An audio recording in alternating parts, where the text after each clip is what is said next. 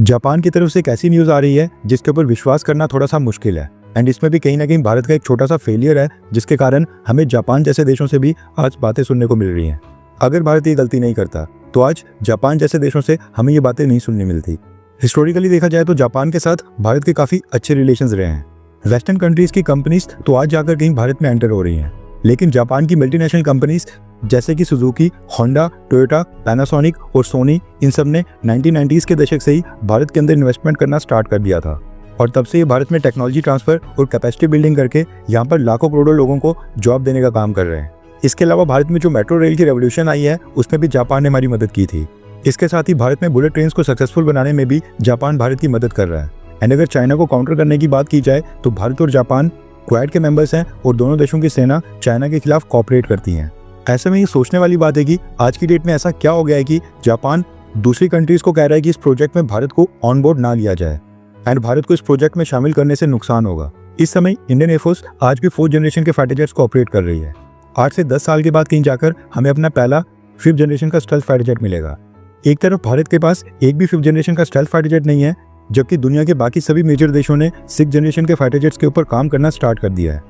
और हैरानी वाली बात तो ये है कि दुनिया के 17 देशों की एयरफोर्स की फ्लीट में 5th जनरेशन का स्टेल्थ फाइटर जेट्स ऑलरेडी शामिल हो गए हैं। भारत अभी भी अपने खुद के स्टेल्थ फाइटर जेट एमका प्रोग्राम के ऊपर काम कर रहा है, लेकिन उसमें भी भारत को अभी तक ज्यादा सक्सेस नहीं मिली है।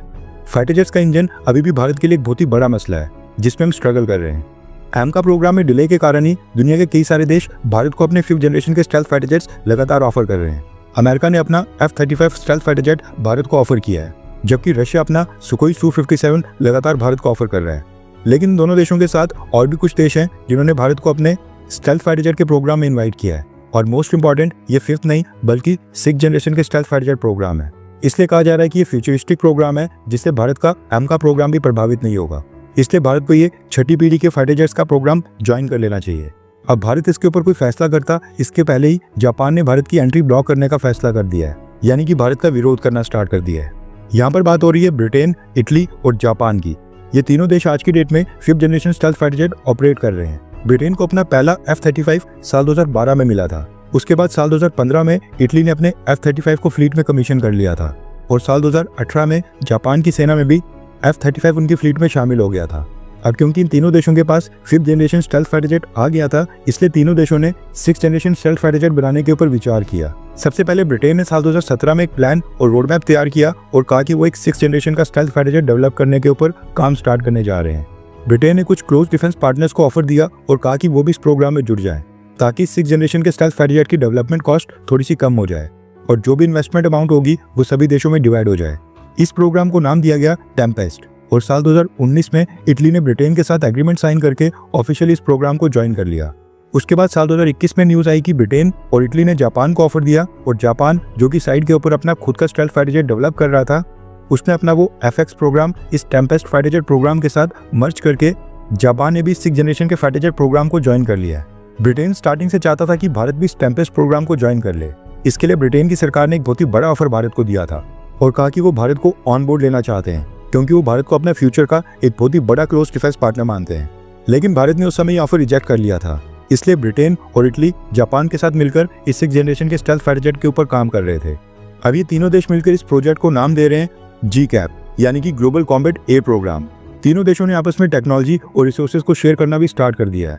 काम ऑलरेडी इनिशियल फेसेस के अंदर एंटर हो गया है। इस पूरे प्रोजेक्ट के जॉइंट गवर्नमेंट हेडक्वार्टर्स ब्रिटेन के अंदर हैं। साल 2027 तक इस 6th जनरेशन फाइटर जेट का पहला कॉन्सेप्ट रेडी हो जाएगा और साल 2035 में इसकी पहली फ्लाइट होगी। इस प्रोजेक्ट में ब्रिटेन की रोल्स रॉयस, इटली की लेनार्डो एरोस्पेस और जापान की मित्सुबिशी हैवी इंडस्ट्रीज, ये तीनों कंपनीज मेजर पार्टनर्स हैं और ये तीनों मिलकर इस 6th जनरेशन के स्टेल्थ फाइटर जेट को डेवलप कर रही हैं। हुआ ये कि ब्रिटेन और इटली जापान के शामिल होने के बाद भी अभी भी ये चाहते हैं कि भारत इस प्रोग्राम का हिस्सा बने, क्योंकि इससे न सिर्फ इस प्रोग्राम के लिए फंडिंग आएगी बल्कि फ्यूचर में भारत ये 6th जनरेशन का स्टेल्थ फाइटर जेट बड़ी संख्या में परचेज कर सकता है। दरअसल ब्रिटेन की एयरफोर्स में इस समय 170 फाइटर जेट्स हैं, इटली की एयरफोर्स में केवल 180 हैं, जबकि जापान की एयरफोर्स में 250 फाइटर जेट्स हैं। वहीं पर अगर भारत की एयरफोर्स की बात करें तो अभी हमारी स्क्वाड्रन स्ट्रेंथ 31 के आसपास है। एक स्क्वाड्रन के अंदर 18 फाइटर जेट्स होते हैं। इसके हिसाब से भारत के पास इस समय 550 से भी ज्यादा फाइटर जेट्स हैं, लेकिन भारत को अपनी स्क्वाड्रन स्ट्रेंथ 42 तक ले जानी है, यानी कि 180 से 200 फाइटर जेट्स अभी हमें और ऐड करने हैं। अगर ये भी इंक्लूड हो जाए तो इंडियन एयरफोर्स में 700 से ज्यादा फाइटर जेट्स हो जाएंगे। कहने का मतलब है कि ये तीनों देश काफी छोटे देश हैं, इनका एरिया काफी कम है, इसलिए इनको कम फाइटर जेट्स की नीड होती है। वहीं पर भारत के एयरफोर्स में टोटल इन तीनों से ज्यादा फाइटर जेट्स हो जाएंगे। इसलिए ब्रिटेन और इटली को ये अच्छे से पता है कि बल्क ऑर्डर तो भारत से ही आएगा। इसलिए ब्रिटेन और इटली अभी भी भारत को इस GCAP प्रोग्राम में शामिल करने के लिए लगातार पुश कर रहे हैं। लेकिन इस बीच न्यूज निकल कर आ रही है कि जापान इसको लेकर रिलक्टेंट है और जापान ने ब्रिटेन और इटली के सामने विरोध किया है कि भारत को इस GCAP प्रोग्राम में शामिल ना किया जाए। रेफरेंस के लिए आपकी स्क्रीन के ऊपर आर्टिकल का स्क्रीनशॉट है। जापान का मानना है कि अगर भारत इस प्रोजेक्ट का हिस्सा बनता है तो रशिया किसी भी तरह से बैकडोर एंट्री करके GCAP प्रोग्राम के फाइटर जेट्स की टेक्नोलॉजी एक्सेस करने की कोशिश कर सकता है। और ये एक मेजर कंसर्न है जिसके ऊपर जापान बिल्कुल भी कॉम्प्रोमाइज नहीं कर सकता है। जापान का कहना है कि टेक्नोलॉजी लीक हो सकती है जो उनके लॉन्ग टर्म डिफेंस प्लान्स को खतरे में डाल सकती है। इसके साथ ही जापान को ये कंसर्न है कि भारत के फाइटर जेट्स और डिफेंस सिस्टम्स रशिया के डिफेंस इंफ्रास्ट्रक्चर के साथ काफी डीपली कनेक्टेड है। भारत की सेना के पास फाइटर जेट से लेकर helicopters, missiles, tank, air defence system, कई सारे वेपन्स रशियन ओरिजिन के हैं। अगर भारत GCAP का पार्ट बनता है तो भारत अपने 6th जनरेशन के स्टेल्थ फाइटर जेट्स को भी रशिया के एयर डिफेंस सिस्टम और रशियन वेपन्स के साथ इंटीग्रेट करेगा। इसलिए जापान को लगता है कि इनकी एडवांस स्टेल्थ और AI टेक्नोलॉजी एक्सीडेंटली या फिर इनडायरेक्टली रशियन प्लेटफॉर्म्स तक पहुंच सकती है। भारत के ना चाहते हुए भी रशिया के पास इनका इनडायरेक्टली एक्सेस आ सकता है, जो कि उल्टा जापान के लिए एक बड़ा सिक्योरिटी रिस्क होगा, क्योंकि जापान और रशिया के बीच भी कुरिल आइलैंड्स को लेकर टेरिटोरियल डिस्प्यूट्स हैं। अब देखा जाए तो रशिया भी कई बार अपने फाइटर जेट्स और बॉम्बर्स को जापान की स्पेस के अंदर एंटर करवाकर उसको वायलेट करता है। एंड अगर कल को रशिया और जापान के बीच मिलिट्री कॉन्फ्लिक्ट होता है तो जापान को अपने ये 6th जनरेशन के स्टेल्थ फाइटर जेट्स रशिया के अगेंस्ट डिप्लॉय करने पड़ेंगे। इसलिए जापान नहीं चाहता कि इनकी कैपेबिलिटीज के बारे में छोटी से छोटी डिटेल्स भी रशिया के हाथ लगे। यूट्यूब के ऊपर आपने इस टॉपिक के ऊपर कई सारी वीडियोस देख ली होंगी जिसमें ये दावा किया है कि भारत ने ये GCAP प्रोग्राम ज्वाइन कर लिया है, लेकिन इसमें 0% की सच्चाई है।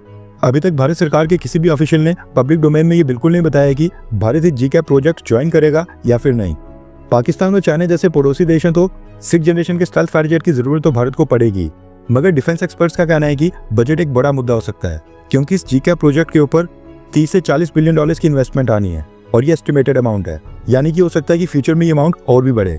अगर भारत ज्वाइन करता है तो भारत को कम से कम 10 बिलियन डॉलर्स का कंट्रीब्यूशन करना पड़ेगा और ये 10 बिलियन डॉलर्स देने के बाद भी भारत को फुल ट्रांसफर ऑफ टेक्नोलॉजी या कंप्लीट इंटेलेक्चुअल प्रॉपर्टी राइट्स नहीं मिलेंगे। और भारत चाहता है कि हम मेड इन इंडिया के तहत 5th या 6th जनरेशन के स्टेल्थ फाइटर जेट्स भारत के अंदर ही बनाएं, हमें खरीदना ना पड़े।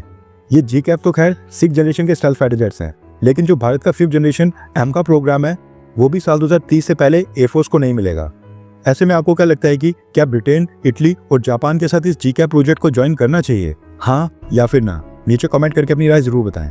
हर 24 घंटे के अंदर जियोपॉलिटिक्स में बड़े फेरबदलाव और उलटफेर हो रहे हैं और भारत के लिए नए चैलेंजेस आ रहे हैं। कोई देश अपने फैसले से पलट रहा है तो कोई देश ब्लैकमेलिंग के ऊपर उतर आया है। सभी देश एक दूसरे को नीचे लगाने की कोशिश कर रहे हैं। इन सब के बीच हमारा भारत किसी भी देश से पीछे न रह जाए, इसके लिए मोदी सरकार लगातार कोशिशें कर रही है। एंड भारत की foreign policy, defence news, economy और ग्लोबल अफेयर्स का सही एनालिसिस हमारे चैनल इंडियन अफेयर्स का मिशन है और ये मिशन आपके सपोर्ट के बिना अधूरा है। इंडियन अफेयर्स हिंदी के ऊपर हम सभी फैक्ट्स और डेटा बिल्कुल सरल भाषा में एनालाइज करते हैं, बिना किसी एजेंडा के। अगर आप चाहते हैं कि इंडियन अफेयर्स का सही और ऑथेंटिक एनालिसिस आप तक लगातार पहुंचे तो इस वीडियो को लाइक करें और हमारे चैनल इंडियन अफेयर्स को सब्सक्राइब करके बेल नोटिफिकेशन ऑन करना मत भूलिए। आपका एक लाइक हमारे चैनल को ग्रो करने में काफी मदद करेगा और एक सब्सक्राइब ये सुनिश्चित करेगा कि आप किसी भी इंपॉर्टेंट अपडेट को मिस ना करें। अगर आपने हमारे चैनल को पहले से सब्सक्राइब किया है तो दिल से धन्यवाद। जय हिंद, वंदे मातरम।